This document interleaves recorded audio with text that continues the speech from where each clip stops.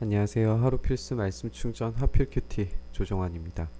오늘 함께 나눌 하나님 말씀은 출애굽기 22장 16절에서 31절까지 말씀입니다.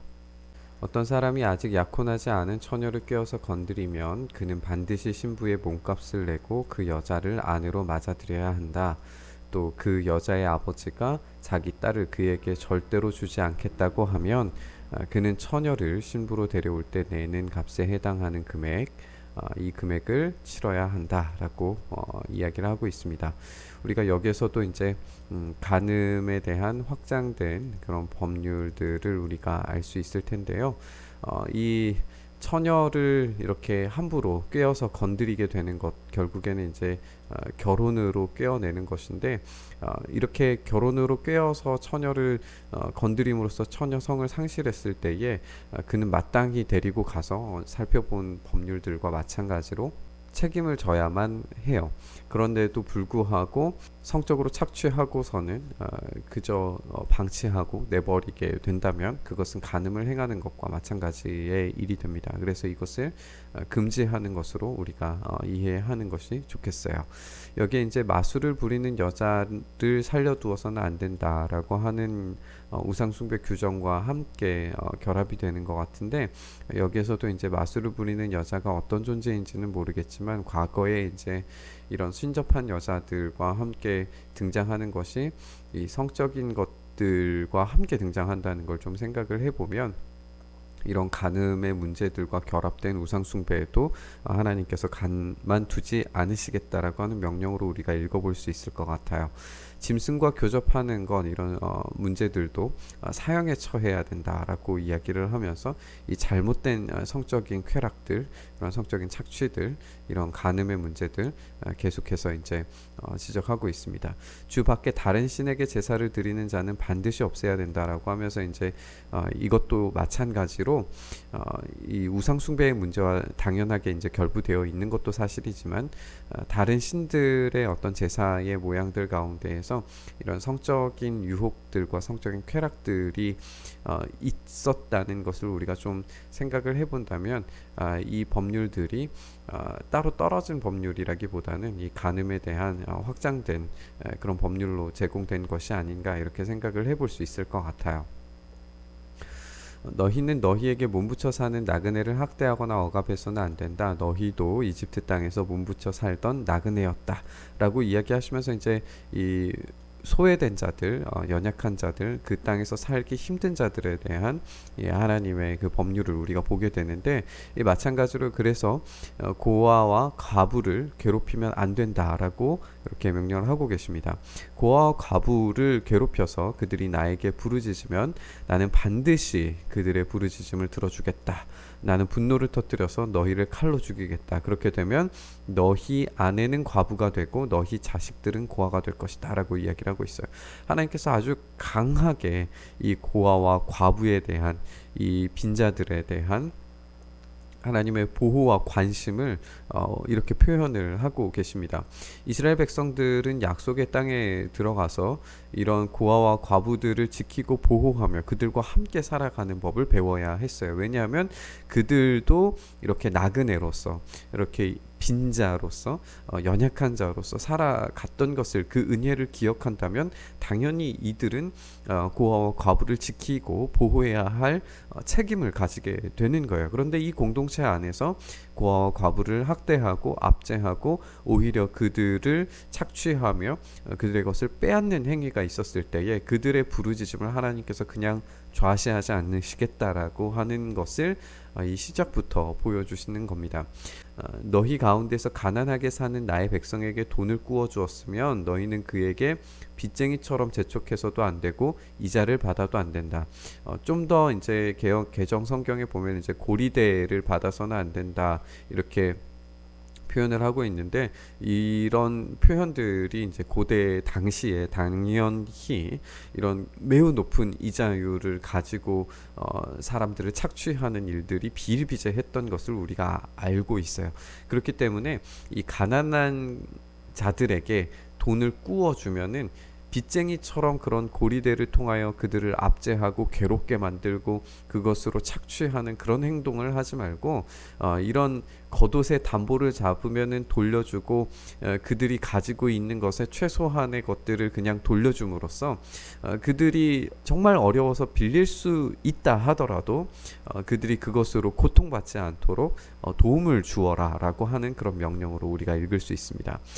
그가 덮을 것이라고는 오직 겉옷뿐이기 때문에 몸을 가릴 것이라고는 그것밖에 없는데 무엇을 덮고 자겠느냐. 그러니까 그 작은 것들은 그냥 보내주고 그냥 주어라 라고 하는 거죠.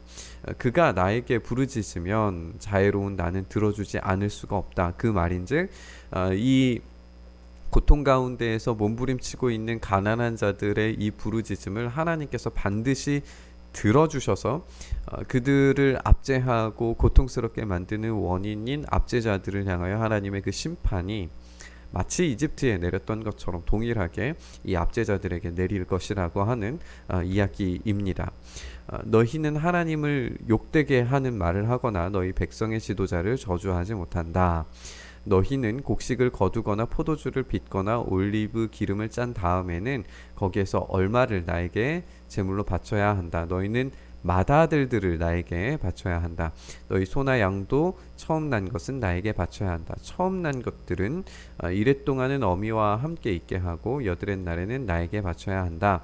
너희는 나를 섬기는 거룩한 백성이다. 그러므로 너희는 들에서 맹수에게 찢겨서 죽은 짐승의 고기를 먹어서는 안 된다. 그런 것은 개에게나 던져주어라 라고 이야기하면서 하나님께 바쳐야 하는 것들과 이들이 거룩한 백성으로서 먹어야 될 음식들 그리고 이런 규정들에 대해서 앞으로 더 세부적으로 나오게 될 거예요. 우리가 조금 더 생각해 봐야 될 것은 이 처음 난 것들 그리고 이 기름을 짜고 난 다음에 제물로 바치는 것들 이런 것들이 하나님께서 이제 세금을 거두듯이 거두는 것이 아니라 이 모든 것의 주인이신 분께서 다 베풀어 주신 것이기 때문에 이스라엘 백성들은 스스로 자기의 주인 되심을 하나님께 고백하는 방식으로 이 처음 난 것들을 그리고 이 생명들을 그리고 얻은 재물들에 대해서 하나님께 돌려드리는 것으로 우리가 이해하는 것이 좋겠습니다. 하나님은 우리에게 이 빈자들 또 가난한 자들 억압당하는 자들 그리고 소외당하는 자들에 대한 관심이 지극하시다는 사실을 계속해서 반복적으로 보여주십니다. 우리 또한 그들에 대한 그런 관심과 사랑 그들에 대한 베품으로 하나님께서 살아가기를 원하세요.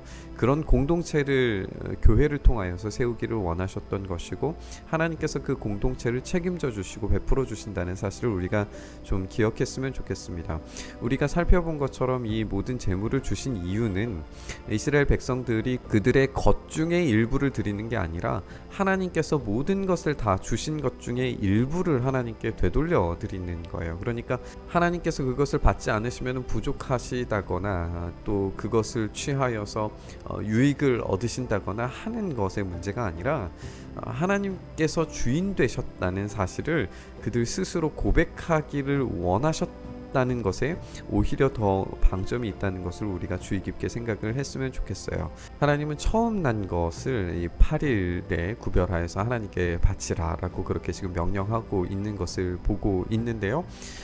이렇게 처음 난 것이 8일 만에 할례를 받아서 하나님께 바쳐진 바 되는 우리 첫째 아이들을 생각했을 때 예수님도 이와 마찬가지로 처음 나신 분으로서 또 육체적으로는 육신으로서는 요셉과 마리아에게 처음 태어난 아들로서 8일 만에 이제 바쳐졌을 것이고 그것을 통하여서 이제 하나님께 바쳐진 바 되는 그런 과정들을 겪게 되는 거잖아요.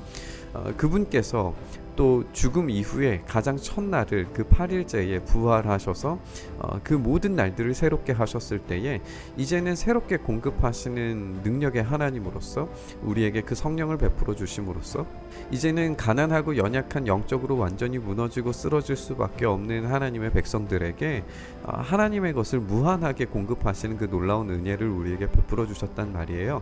그렇다면 우리는 이 십계명과 율법 가운데서 우리가 배우고 있는 것처럼 하나님의 주인 되심, 예수 그리스도의 주인 되심을 우리의 삶으로 자발적으로 반응하고 드리고 헌신할 수 있는 그런 자세와 태도, 그런 책임감들이 우리에게 필요하다는 것을 우리가 한번 생각했으면 좋겠어요. 우리가 하나님께서 주신 것을 마치 당연하게 받은 것처럼 우리가 여길 것이 아니라 오늘 하루에 쓸 것들을 매일마다 공급하시는 하나님의 그 은혜를 생각하면서 하나님께서 주신 것에 그 은혜에 감사하며 그것을 되돌려 드릴 수 있는 그 은혜에 감격한 삶을 우리가 온전히 살아낼 수 있었으면 좋겠습니다. 이렇게 좀 확장된 율법을 뛰어넘는 순수한 열정으로 주님께 드리는 헌신이 우리 안에 있었으면 좋겠습니다. 이런 마음을 가지고 우리가 참된 순종을, 참된 헌신을 살아갈 수 있게 해달라고 함께 묵상하며 기도했으면 좋겠습니다. 하나님, 우리에게 주신 이 은혜를 다시 한번 생각하면서 우리가 주신 하나님의 놀라운 은혜에 합당하게 반응하며 책임감 있게 살아가는 삶을 온전히 살아갈 수 있도록 주님 도와주시옵소서.